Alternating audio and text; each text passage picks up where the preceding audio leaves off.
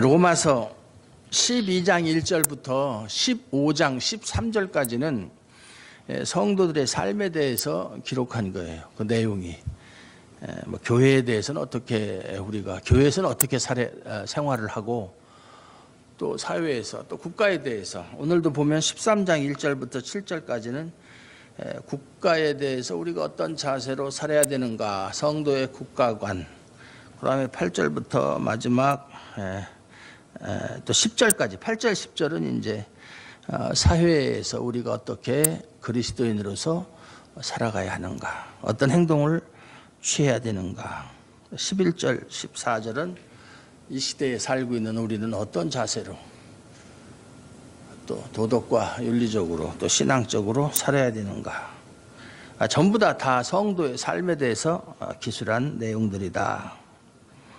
15장 13절까지는 다 그래요. 13장 1절에서 7절까지는 교회에서의 삶뿐만 아니라 우리가 국가라는 한 테두리 안에서 살고 있기 때문에 국가에 대해서 성도의 임무를 다하지 않으면 안 되는 것이죠. 나라가 평안하고 안정이 될 때 우리도 신앙생활을 마음 놓고 자유스럽게 할 수 있는 것이지, 지금처럼 예를 들어서 전쟁이 일어난다든지 뭐 그렇게 되면 신앙생활을 제대로 할 수가 없어요. 1950년 6월 25일 6.25 사변이 발발했을 때 북쪽에 있는 많은 교회들이 다 남한으로 피난을 왔어요. 원래는 우리 장로교가 평양부터 시작을 했어요. 외국인 선교사들이 처음에 평양으로 가서 거기에서 평양신학교를 설립을 하고 신학생들을 배출해서 많은 목사들이, 그 훌륭한 목사님들이 그곳에서 배출이 됐는데, 전쟁이 나니까 공산 국가에서는 종교의 자유가 허락되지 않기 때문에 남한으로 다 피난을 와서 부산에서 하다가 그 다음에 서울이 수복이 되면서 또 서울로 이사를 와서 남산에서 하다가 지금은 학부는 사당동에 있고 또 대학원 과정은 이제 경기도 용인에 있는 양지라는 곳에 있거든요. 어쨌든 나라가 편안하지 않으면 신앙생활도 할 수가 없어요. 국가를 위해서 기도해야 될 이유가 거기에 있어요. 성경에서도 국가가 평안하지 않으면 너희가 어떻게 하나님을 바르게 마음 놓고 섬길 수가 있느냐. 불가능하죠. 공산주의 국가에서는 다른 사회주의 국가, 중국이라든지 동남아시아 이런 사회주의 국가, 거기에서도 종교의 자유가 그렇게 우리나라처럼 그렇지 못해요. 마음에 안 들면 언제든지 정부에서 공권력을 행사해서 교회를 없애버릴 수 있어요. 거기에 대해서는 누가 항의를 해도 소용이 없어요. 원래는 한인교회, 한국 사람들끼리 모여서 예배 드리는 것은 허용을 한다라고 하면서도 마음에 안 들면, 제가 중국에 있을 때 중국 북경에 성삼 북경교회라고 1000명이 넘는 교회가 있었어요. 한인교회예요. 목사님도 한국, 성도들도 한국 사람들, 거기 교역자들도 다 한국 사람인데 마음에 안 든다고 그냥 하루아침에 없애버렸어요. 해쳐버렸어요. 그래서 이 사람들이 나가서 다른 곳에 가서 건물을 얻어가지고 예배를 드리기 시작했어요. 저도 가봤지만은, 그러니까 건물주한테 1년치 세를 다 주고, 그리고 나서 인테리어도 예배 드릴 수 있도록 하고, 그래 놓고 나니까 또 공안들이 와가지고 문을 닫고 해체시키고, 돈 1년치 준 거는 당연히 못 받죠. 그거야. 그건 니들 사정이지. 그건 나하고 건물주하고는 상관이 없잖아요. 그렇게 하고. 그러니까 처음부터 못하게 하는 게 아니라 다 하고 준비 다 끝날 때까지 가만히 있다가 다 인테리어고 다 돈 들어갈 거 다 들어가고 하면 그때 가서 못하게 하는. 참 나쁜 놈의 새끼들. 중국 사람들 그거 하는 거 보면 진짜 마음에 안 들어요. 요즘에 더욱더 그런 걸 많이 느끼지만, 나라는 대국에 살면서 소갈머리는 밴댕이 써야지. 소인이야 소인배. 그래서 국가와 교회 간의 관계가 중요하다. 교회와 국가는 서로가 분리되어 있으면서 교회가 국가에 하는 일에 참견해서도 안 되고 교회는 정치에 참여하면 안 돼요. 요즘에는 뭐 교회 단체나 뭐 어떤 교회에서 자꾸 국가의 정책에 대해서 왈가왈부 하는데 특히 우리나라 같은 자유민주주의 국가에서는 더더군다나 그것이 그들의 정책이 성경에 위반되는 것을 이야기할 때는 당연히 이야기를 해야죠. 예를 들어서 동성애를 갖다가 뭐 인정을 한다든지 동성애 결혼이나 동성애 그것은 당연히 안 되죠. 네. 지금 서울시에서 그런 법을 뭐 발의 뭐 어떻게 한다고 그러는데 뭐 예를 들어서 아직은 이제 실행이 안 되고 있는데 그것이 실행이 되면 교회에서 목사가 설교할 때 구원은 예수님에게만 있습니다. 그러면 벌금 내야 돼요. 300만 원. 지금 이제 그런 시대가 지금 되려고 하고 있어요. 하나님이 어떻게 역사하실지 모르겠는데 저는 그렇게 생각해요. 왜 그런 지경에까지 왔는가 하면은 지난번에 성경 시간에도 공부 시간에도 말씀드렸지만 교회가 복음이 없다. 요즘 현대교회에 복음이 없다. 있어도 잘못된 복음을 전한다. 거기에 대한 징계가 아니겠는가 싶어요. 너희들은 어차피 복음 떠나서 생활하는데 이러든 저러든 그 무슨 상관이냐 하는 식으로 하나님의 징계가 아니겠는가. 이제 그런 소리 못해요. 오직 구원은 예수님에게만 있다. 다른 데는 구원이 없다. 이러면 여러분 중에 누구 하나 그걸 녹음을 했다가 뭐 녹음 하나마나 뭐 다 녹음이 되니까 그거 가지고 고소하면 저는 처벌을 받아야 돼요. 예, 많이 고소하시기 바랍니다. 참 혼란한 시대에 우리가 살고 있다.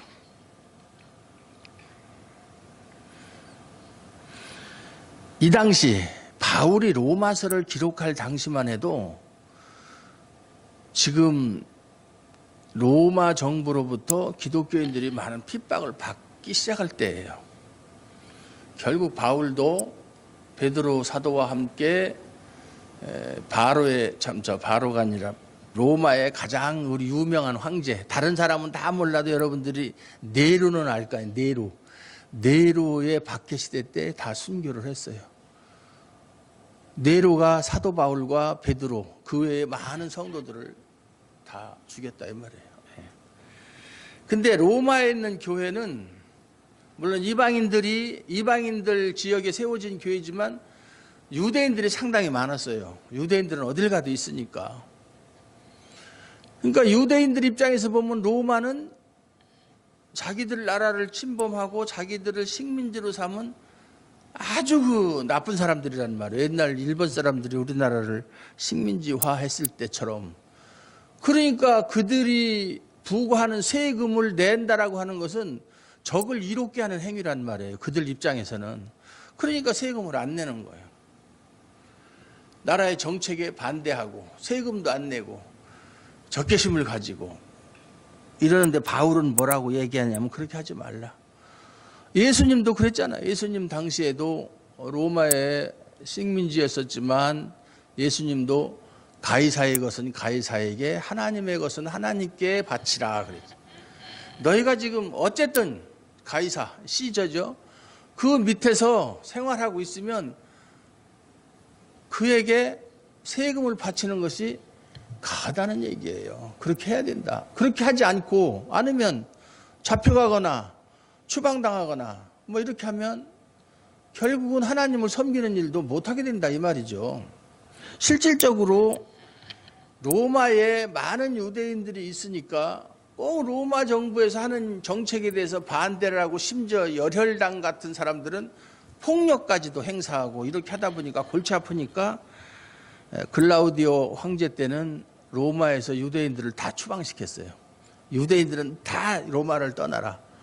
그래서 우리 고린도전서에 보면 그때 이제 떠난 사람들 중에 이제 아볼로라든지 또 브루시길라와 아굴라 같은 사람들.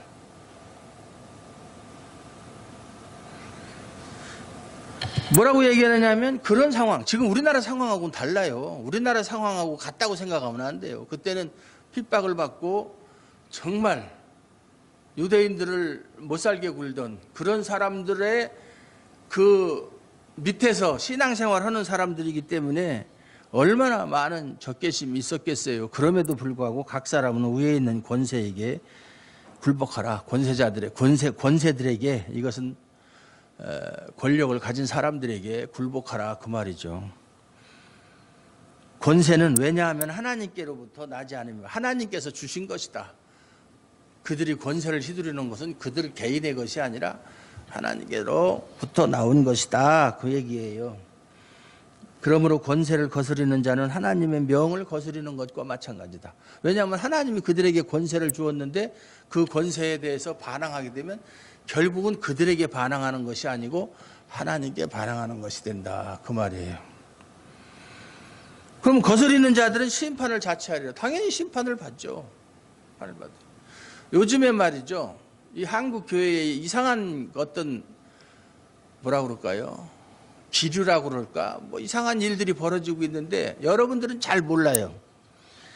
이 사도신경이 말이죠. 여러분들 아까도 우리도 예배 시작하기 전에 사도신경을 고백을 했는데 사도신경 때문에 교회들이 아주 지금 골머리를 앓고 있는 교회들이 많아요. 뭐 제가 중국에 있을 때도 어떤 사람들이 나는 사도신경 하는 교회는 안 다닌다 뭐 이런 소리를 들었거든요. 왜냐하면 사도신경은 잘못된 것이다. 그리고 그것은 로마 카톨릭이 만든 거기 때문에 지금 우리가 그것을 배우고 따르고 고백할 필요가 전혀 없다 이런 식으로 생각을 하고, 그런데 요즘에 이제 한국 교회에서는 사도신경이 잘못되었다. 그 내용이 성경적이지 못하다. 그래서 사도신경을 하면 안 된다라는 사람과 무슨 소리냐, 사도신경이 왜 잘못되었느냐, 지금까지 해오던 것인데 우리의 신앙을 고백하는 내용인데 예수를 믿는 사람이라면 최소한 사도신경에 있는 내용만큼은 우리가 진실로 고백할 수 있어야 성도라고 할 수 있다 이렇게 주장하는 사람들 간의 대립이 심각해요. 그래서 어떤 교회들은, 어떤 노예에서는 우리는 사도신경을 안 하겠다. 만약에 제가 말이죠, 제가 속해 있는 노예에 나가서 나는 사도신경을 하지 않겠습니다 그러면 처벌받아요. 교회법을 위반하는 거예요. 그래서 탈퇴를 하는 사람들, 교회가 많이 있어요. 안 한다. 사도신경을 안 한다. 참 희한한 일들이 벌어지고 있다. 예. 그래서 지금 우리가 수요일 날마다 소요리 문답을 공부하는데 끝나고 나면 이제 웨스트민스터 신앙 고백서로 들어가려고 하는데 하루만 원래 사도신경 해설을 옛날 우리 교회에서 중학생들을 성경 공부 시간에 그것을 3개월 동안 했었어요. 사도신경 하나 가지고 12주 동안 신조도 그렇고 장로교 신조도 그렇고 12주. 근데 그렇게까지는 길게 못하고 하루만이라도 사도신경에 대해서 정확하게 좀 설명을 해줘야 되겠다. 그러고 나서 그 다음 주부터 웨스트민스터 신앙 고백서로 들어가야 되겠다. 그런 생각을 가지고 있어요. 요새 새누리당 내에서 공천할 때 장애인 여성 등자 하나 가지고 서로가 지금 공천관리위원장하고 대표하고 친박 비박이 싸우는 것처럼 이 글자 하나 가지고 교리적인 문제에서 옛날부터 교회 내에서 싸움이 많이 있었어요. 예를 들면 예수님의 인성과 신성에 대해서 예수님은 하나님과 동일 본질이냐, 동일 본질, 아니면 유사 본질이냐. 뭐 우리말로는 동일, 유사, 틀린 말이지만 원어상으로는 글자 한자타예요. 호모이 이스우스, 호모이 우스. 그러니까 글자 하나 더 있고 없는 거예요. 하나가 더 있고 없는 거에 따라서 동일 본질이냐 유사 본질이냐로 갈라지는 거예요. 예수님과 하나님은 동일 본질이에요, 유사 본질이에요? 동일 본질이죠. 그걸 유사 본질이라 하면 이단이에요. 그러니까 예수님은 하나님과 거의 비슷하다 이렇게 얘기하면 이단이에요. 똑같다 이렇게 얘기해야 돼요. 이 글자 한자가 그렇게 중요하다. 글자 한자 때문에 죽고 살고 교회가 깨지고 동서교회가 1054년에 동방교회와 서방교회가 갈라진 것도 교리 때문에 갈라진 거예요. 성령론 때문에. 뭐 다른 이유도 있지만 가장 큰 이유가 그거예요. 성령님은 하나님께로부터 나온다. 그것이 동방교회의 주장이에요. 서방교회의 주장은 성령은 아버지와 아들로부터 나온다. 아들이라는 단어가 들어가니까 아버지한테만 나온다. 아버지와 아들로 나온다. 다르잖아요. 그것 때문에 갈라졌어요. 교회가 갈라져요. 이런 일개의 교회가 아니라 동방과 서방의 교회가 갈라져서 지금까지. 근데 지금 동방교회에서 뭐라고 얘기하냐면 니들 말이 맞다. 지금은 그래요. 이미 벌써 1000년이 지난 다음에 지금. 예. 그렇다고 해서 다시 합쳐지나요? 합쳐질 수가 없어요. 너무나 먼 길을 서로가 갔기 때문에 이제는 합쳐질 수도 없어요. 그런 게 많이 있죠.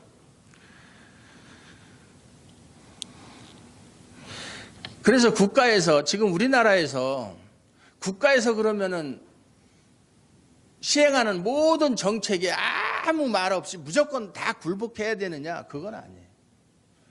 아까도 말씀드렸지만 전제가 있어요. 하나님 말씀에 어긋나지 않을 때.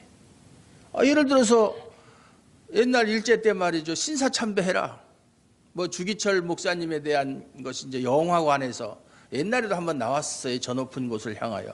근데 다시 영화가 만들어져 가지고 지금 영화관에서 상영을 한다고 지금 뉴스에 나오더라고요. 주기철 목사님에 대한 이야기. 그런데 그 당시에 감리교에서 제일 먼저 신사참배를 찬성을 했고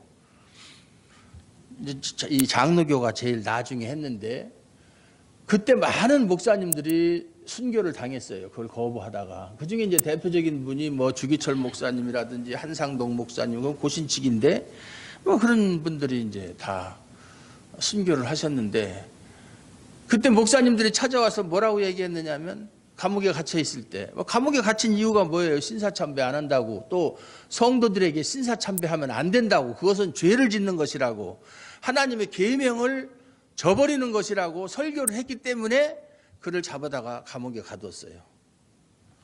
그러니까 다른 목사님들이 가서 목사님 고집 부리지 말고 누가 신사참배할 때 그냥 그를 일본 천황을 신으로 믿는 그 믿음을 가지고 하느냐. 그냥 고개 한 번만 까딱하고 그러고 나서 돌아서서 회개하면 되지.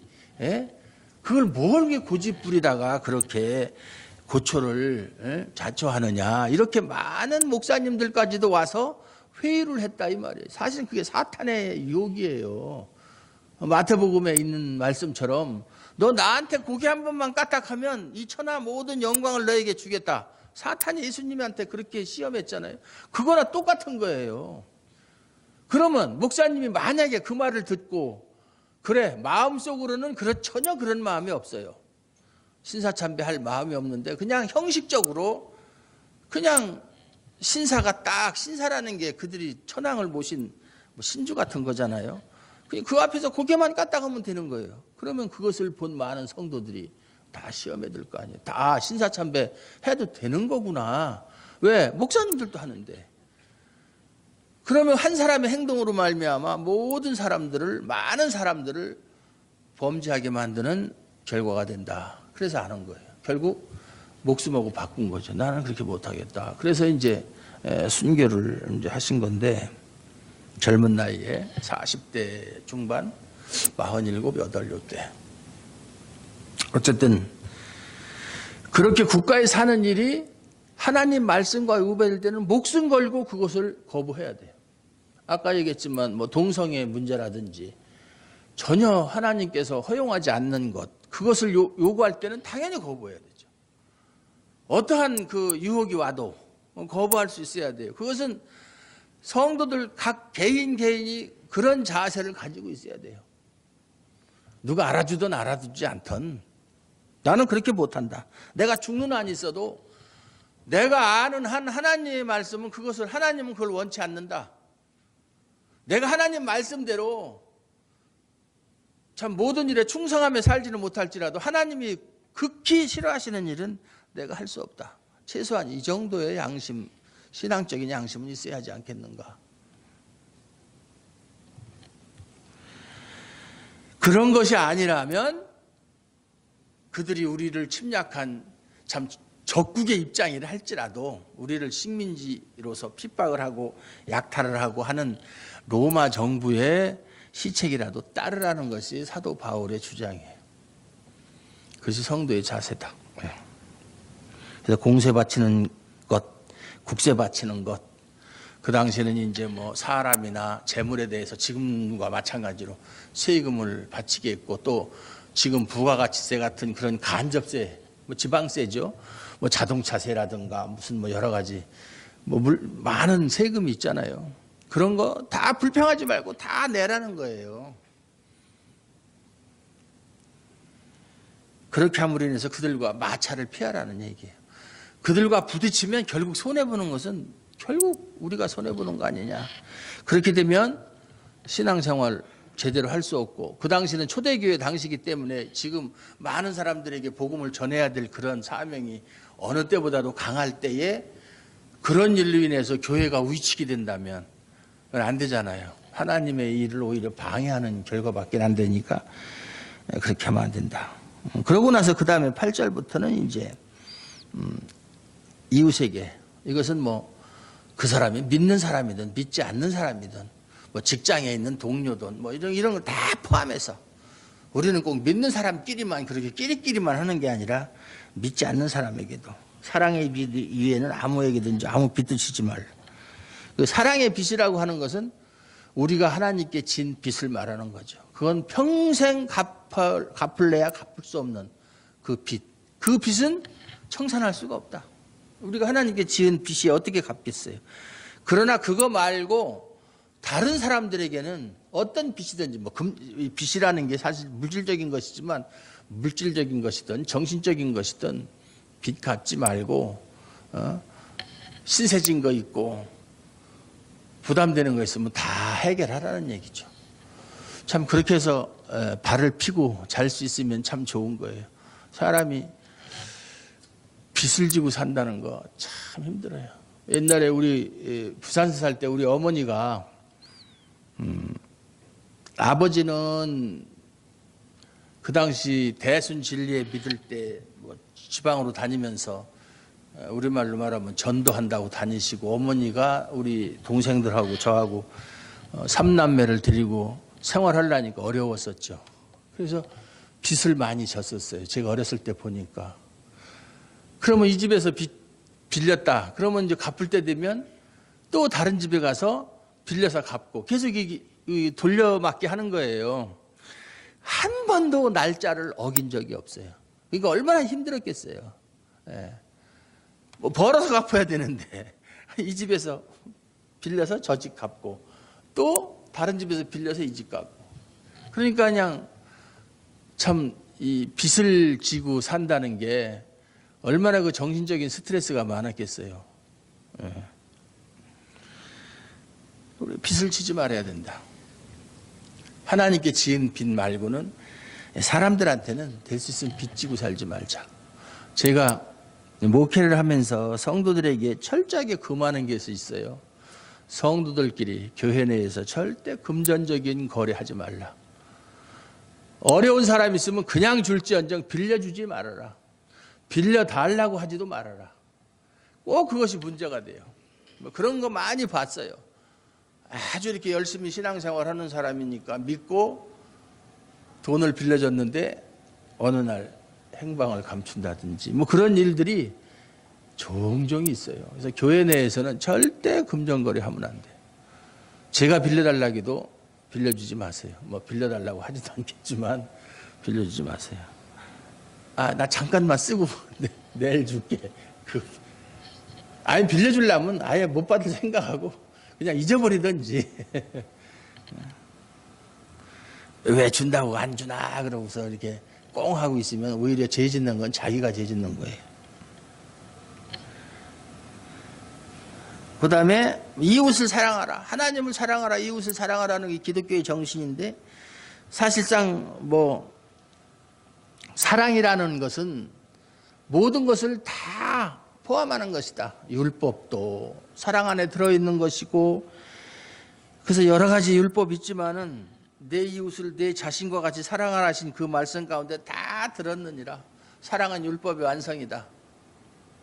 율법을 하나하나 지키려고 하지 말고 하나님을 사랑하고 이웃을 사랑하면 그런 것은 자동적으로 다 지켜지는 것이다. 그 말이에요. 우리가 율법을 다 계산하면서 그거 지키는 사람 없잖아요. 우리가 여러분들이 대한민국에 살지만 대한민국 법이 몇 가지나 되는지는 아세요? 그것도 모르잖아요.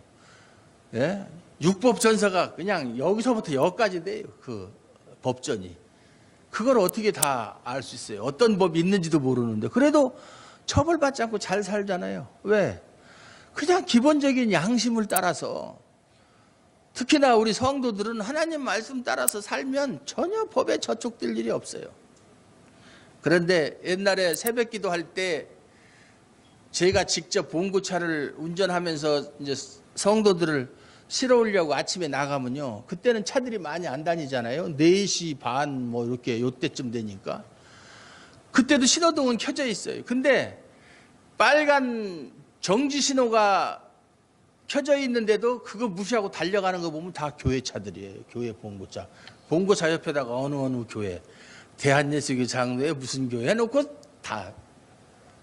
어떤 데는 화가 나서 쫓아가가지고 세워놓고, 교회, 그거 저 차 옆에 있는 거 교회, 그걸 간판을 떼고 달리든지 신호를 지키든지 하라고 제가 그래요. 그러면 안 믿는 사람이 보면 저거 교회 다니는 놈들 저거 순 엉터리야 저거. 저 개독들 말이야. 신호도 안 지키고. 그렇게 욕할 거 아니에요. 예? 옛날에 박정희 대통령이 있을 때 박 대통령이 자맹을 많이 다녔어요. 옛날에 왕이 민심을 살피기 위해서 이렇게 몰래 평복을 하고 다녔는 걸 자맹이라고 그러는데 박 대통령도 그렇게 잘했어요. 이렇게 바바리 코트 허름한 거 입고 모자 둥그런 거 이렇게 쓰고 지팡이 쥐고 이렇게. 한번 차를 타고 가는데 차도 그 당시는 차가 많지 않았었잖아요. 70년대 초, 60년대 말 뭐 이렇게. 근데 차들이 다 멈춰 있는데 참 저 하나도 다니지 않은데 횡단보도에 딱 파란불이 켜져 있는데 영업용 택시 한 대가 안 가고 서 있더라는 거예요. 신호가 끝날 때까지. 그냥 지나가도 되는데 사람도 없고 뭐 차도 없고 아무것도 없는데 신호가 끝날 때까지. 그래서 나중에 그 차 찾아가가지고 그 사람한테 개인 택시 하나 줬어요. 그 당시 개인 택시는 엄청 비쌌을 때예요. 예? 개인 참 넌 정신이 됐다. 예? 그러니까 법을 지키면 세상도 알아준다 이 말이에요. 하나님은 말할 것도 없고. 우리 예수 믿는 사람은 세상 법도 철저하게 지켜야 돼요. 세상 법도 못 지키는 사람이 무슨 하나님의 법을 지킨다고. 그 말도 안 되는 소리예요, 그거는. 예? 그래서 세상 법은 사실 따지고 보면 성경에서 하나님의 법을 놓고 볼 때는 저급한 법이에요. 저급한 법도 못 지키는 사람이 어떻게 하나님의 법을 지킬 수가 있어요. 그래서 법을 잘 지켜야 된다. 특히 저는 법에 대해서 상당히 민감을 해서 그렇게 성도들이 말이죠, 막 이렇게 법을 어기고 그러면 아주. 제가 한번 서울에서 어떤 집사님을 만나고 같이 식사를 하고 헤어지면서 그 집사님도 이제 자기 차로 가고 나도 가고 그러는데 저는 이제 유턴을 해야 될 입장이거든요. 근데 그게 뭐냐면 저기예요. 비보는 아무 때나 차가 없으면 돌 수 있잖아요. 근데 그 비보니까 유턴을 했는데 나중에 전화가 왔어요. 그땐 휴대폰이 없었어요. 목사님 왜 빨간불인데 유턴하세요? 비보예요. 그랬더니 이제 그걸 몰랐었는가 봐. 만약에 비보가 아닌데 이렇게 했어 봐. 조금 전까지 밥 먹으면서 어쩌고 저쩌고 얘기해놓고서는 그렇게 그런 하찮은 교통신호 하나 못 지키면 앞에 얘기한 건 다 소용이 없는 거죠. 그렇잖아요. 그래서 내가 아이고 비보였길 다행이지 비보 아니었으면 개망신 당할 뻔했다. 그런 생각을 해서 참 이게 중요한 거예요.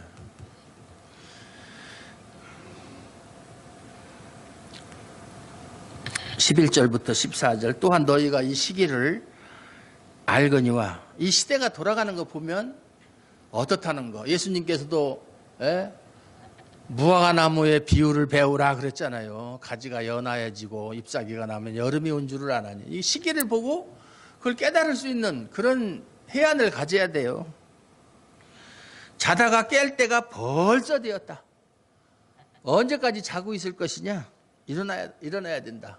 각성해야 된다는 얘기죠. 언제까지 이렇게 흐리멍덩하게 그렇게 신앙생활을 해서 되겠는가? 깰 때가 벌써 이미 지났다는 얘기죠. 되었으니 이는, 왜냐하면 이제 우리의 구원이, 여기서 구원은 예수 믿고 나서의 구원이 아니라 종말론적인 구원을 말하는 거예요. 구원도 종말론적인 구원이, 과거형의 구원이 있고 현재적인 구원이 있고 미래적인 구원이, 여기 미래적인 구원, 종말론적인 구원을 말하는 거예요.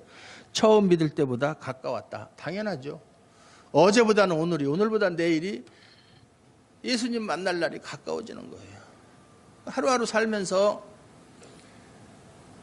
벌써 하루가 지났고 한 달이 지났고 1년이 지났다. 앞으로 내가 이 세상에서 살 날이 얼마 안 남았다. 이렇게 비관적으로 생각하지 말고 하나님 만날 날이 점점 가까워오는구나. 이렇게 생각하면. 제가 어제 그저께 금요일 날 제가 이제 천안의료원에 계속 2개월에 한 번씩 가서 뭐 혈액 검사도 하고 뭐 약도 처방받고 그러는데,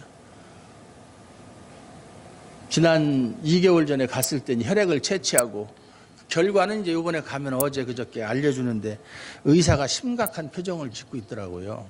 그러면서 아유 목사님 상태가 많이 안 좋으네요. 그러면서 당화혈색소, 그러니까 당뇨의 그 3개월 평균치의 그것이 표준이 정상인이 4에서 6까지인데 5.9까지인데 저는 이제 7.9. 지난번에는 5.5예요. 5.5면 되잖아요. 5.9까지가 정상이니까. 혈당 관리 잘 되고 있어요. 그러더니 요 근래엔 집에서 혈당 체크를 해도 뭐 300 이상 나오고 이렇게 계속 식후 혈당, 아침에 일어나서 공복 혈당이 항상 200이 넘고, 그래서 저도 안 좋구나 하는 생각을 하고 있었는데 혈당이 상당히 높다, 조절이 안 되고 있다 그러면서 간 기능도 많이 나빠졌고 콩팥 신장 기능도 많이, 그게 당뇨로 인해서 이제 그 약을 많이 먹게 되면 간이 힘들잖아요. 그 해독을 하려니까. 콩팥도 마찬가지고. 그렇다 그러면서 인슐린 주사를 맞는 게 어떻겠느냐 이렇게 얘기를 하더라고요. 그래서 인슐린 주사요? 에휴, 그랬더니 그 의사가 여자인데 제 딸아이 정도 돼요. 에휴, 그렇게 살아서 뭐예요? 하나님께 빨리 가면 되지. 그 소리 하려고 그랬죠? 그러면서 이제 그래요. 그래서 내가 하도 웃었는데, 난 목사님이 무슨 얘기 할지 다 알아요. 그러면서 목사님 빨리 하늘나라 가고 싶다며요. 맨날 이제 뭐 안 좋다 그러면 안 좋아도 괜찮아요. 빨리 하나님께 가면 되는 건데 그 상관없어요. 맨날 그러니까 이제 그걸 알고 그렇게 얘기하는데,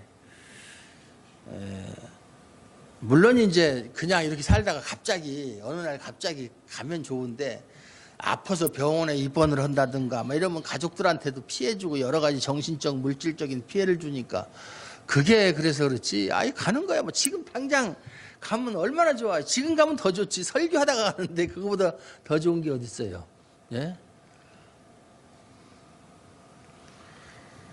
예수님 오실 때가 멀지 않았다. 근데 사람들은 다 이렇게 생각해요. 그래도 예수님은 내 생애에는 오시지 않을 것이다. 내가 죽고 난 다음에는 언제 오셔도 나는 환영이지만 내가 살아있는 동안에 오시는 건 나는 원치 않는다. 요즘에 뭐 사드 배치 때문에 막 이렇게, 사드 배치 70%가 찬성을 해요. 여론조사에 보면. 그러나 우리 지역엔 안 된다. 그것이 꼭 필요하지만 우리 지역엔 안 된다. 예수님이 오셔야 되지만 내 생애에는 오시는 거 원치 않는다. 그거예요. 예. 살아있을 때 오면 손해보는 것 같잖아요. 남들처럼 그저 한 80 이상 90 뭐 이렇게 다 인생을 누리다가 먹고 싶은 거 다 먹어보고, 요즘 프로에 보면 죽기 전에 먹어야 될 101가지 음식도 나오고 그러는데 먹어볼 거 다 먹어보고 가보고 싶은데 다 가보고 해보고 싶은 거 다 해보고 그렇게 살다가 죽은 다음에 예수님이 오시면, 죽고 나서 얼마 있다 예수님 오시면 부활할 테니까 그거는 대환영이지만 내가 살아있는 동안에 오시면 그 나머지 못 산 부분에 대해서는 손해가 보는 게 아니냐. 이것이 보통 사람들의 생각인데 참 어리석은 생각이에요. 우리의 삶이 이 세상에서 아무리 우리가 하고 싶은 거 다 하고 뭐 아무리 맛있는 거를 다 먹어보고 뭐 어떻게 솔로몬보다 더 호화스럽게 살아도 하나님의 나라에는 비교할 수가 없죠. 비교가 안 되는 거예요. 그걸 아까워하는 마음을 가지고 있다면 그 사람의 신앙은 다시 좀 점검받아야 돼요. 사도 바울도 내가 주님과 함께 거하는 것이 가하다, 좋겠으나 내가 가야 되느냐 말아야 되느냐 그 중간에 끼어가지고 참 딜레마에 빠졌다 그 소리죠. 교회를 생각하면 내가 더 살아야 되겠고 내 혼자만을 생각한다면 빨리 주님께로 가는 것이 더 좋다. 저도 개인적으로는 그래요. 지금 당장 빨리 갔으면 좋겠어요. 이거는 뭐 하는 소리가 아니라 정말이에요. 그러면 사람들이 그렇게 얘기할 수도 있어요. 이렇게 몸도 아프고 안 좋고 그러니까 건강해봐라. 그래서 그냥 펄펄 날아다닐 정도로 그냥 그래도 그 소리 하겠느냐? 그래도 마찬가지예요. 왜냐하면 아무리 그래도 하늘나라의 그 기쁨과 영광과는 비교할 수가 없으니까. 안 가봤어도 가봤느냐고 물어보지 마세요. 요 로마서 13장 11절 14절 요것은 말이죠. 아주 유명한 말씀이고 이 말씀을 통해서 우리가 잘 아는 성 어거스틴이라고 하는 그 사람이 이 말씀 때문에 회심을 했어요. 이 사람이 성 어거스틴이 젊은 시절에 만이교회 심취해 있었고 허랑방탕한 생활하다가 결혼도 안 하고 사생자 아들도 낳고 그랬어요. 완전히 이제 플레이보이죠. 집안은 뭐 먹고 살만하고. 그러다가 하루는 정원을 거니는데 들어 읽으라, 집어 읽으라, 집어 읽으라 하는 소리가 들려서 무심코 성경에 있는 것을 쫙 폈는데 로마서 13장 11절에 14절이 눈에 들어오는 거예요. 또한 너희가 이 시기를 알거니와 자다가 깰 때가 벌써 되었으니 이는 이제 우리의 구원이 처음 믿을 때보다 가까웠음이니라. 밤이 깊고 낮이 가까웠으니 앞의 말과 똑같은 말이죠. 그러므로 우리가 어두움의 일을 벗고 어두움의 일, 이게 밤의 일이죠. 빛의 갑옷을 입자. 낮에 생활을 하자 이 말이죠. 그리고 이제 13절에 와서 딱 꽂힌 거예요. 낮에와 같이 단정히 행하고 방탕과 술 취하지 말며. 지금 자기한테 하는 소리잖아요. 자기가 방탕하고 술 먹고 그냥 음란과 호색하지 말며. 얼마나 여자 관계가 복잡했는지 몰라요. 어거스틴. 쟁투와 시기하지 말고 오직 주 예수 그리스도로 옷 입고 정욕을 위하여 육신의 일을 도모하지 말라. 이 말에 그냥 팍 가버린 거예요. 그러고 나서는 만이교회에서도 나오고 이제 나중에는 뭐 수도원에 가서 수도사가 되고 그렇게 해서 했지만 소위 말해서 회심을 하고 길거리를 지나가는데 만나는 여자들마다 어거스틴 오늘 시간 어때? 저녁에 시간 있어. 옛날과 똑같이 많은 사람들이 모르는 사람이 없는 거야. 요즘 아이들은 아무것도 아니야. 그런데 쳐다보지도 않고 당신이 아는 어거스틴은 죽었습니다. 그렇게 얘기했다는 거예요. 그러니까 이 말씀의 능력이 얼마나 위대하다는 걸 알 수 있어요. 말씀. 루터도 마찬가지고 수많은 교회사의 우인들이 하나님 말씀 앞에서 그냥 거꾸러지는 거예요. 여러분도 이런 체험이 있어야 돼요. 말씀. 나는 그 말씀 때문에 나는 그냥 완전히 하나님께 항복을 했다. 그런 말씀이 있어요? 그런 간증이 있어야 돼요. 있습니까? 요매요. 요와? 있어야 돼요. 물에 물 탄 듯, 술에 술 탄 듯, 그렇게 하면 안 돼요. 저도 이 말씀 상당히 저는 제가 늘 말씀드리지만 저는 창세기 1장 1절 말씀에 간 사람이고 태초에 하나님께서 천지를 창조하셨다. 제가 늘 어려서부터 궁금한 게 이 천지는 어떻게 해서 생겼을까? 어렸을 때부터 그게 궁금했어요. 천지는 어떻게 해서 생겼을까? 저절로 생겼을까? 누가 만들었을까? 근데 이제 제가 이제 학교 가다 집으로 오는 도중에 절도 있고요. 또 고려신학교가 있었어요. 고려신학교. 거가 그 송도에서 감천 넘어가는 그 사이에 그 고려신학교가 있었는데 지금 그게 이제 고신대학교가 됐지만 그 당시는 고려신학교. 수녀원도 있었고 절도 있었고. 그래서 만나면 누구든지 만나면 제가 궁금한 게 뭐냐면 이 하늘과 땅은 어떻게 해서 생겼는가. 그거에 대해서 그렇게 관심이 많았어요. 이것이 만약에 저절로, 불교에서는 저절로 있다고 그러죠. 저절로 원래부터 있는 것이다. 원래부터 있는다는 말이 이해가 되질 않아요. 원래부터 있었다? 무엇에 의해서 있었다는 것은 이해가 되지만 원래부터 스스로 있었다? 이게 이해가 안 되는 거예요. 그런데 예수를 믿고 나서도 가장 믿어지지 않는 것이 뭐냐면은 예수가 하나님의 아들이시다. 2000년 전에 이스라엘 땅에 오셨던 하나의 이름 없는 젊은이가 하나님의 아들이셨다? 그리고 그가 사람들의 죄를 위해서 십자가에서 죽으시고 그 죽으신 그 공로 때문에 사람들의 죄가 용서함 받을 수 있었다? 이게 이해가 안 되는, 논리적으로 맞는 얘기가 아니죠. 그게 나 예수님도 모르는데, 나는 그때 이 세상에 존재하지도 않았는데, 신학을 하면서도 그게 믿어지질 않았어요. 신학을 하면서도 억지로 신학은 하긴 했지만 저는 신학교 억지로 가기 싫은 거 억지로 간 사람이니까. 그러다가 성경을 읽을 때 뭐 성경 뭐 읽으면 누구보다 창세기부터 읽잖아요. 그럼 대체 하나님이 천지를 창조하시니라 땅이 혼돈하고 공허하며 흑암은 매일 그건 계속 뭐 다른 때 읽을 때는 전혀 감동이 없었는데 어느 날 딱 읽는데 태초에 하나님이 천지를 창조하시니라. 이것이 창세기 1장 1절만 보이는 거예요. 그것이 이 창세기 1장 1절이 한 장 전체에 한 절만 그게 보이는 거예요. 한 절만. 아, 바로 이거다. 바로 이거다.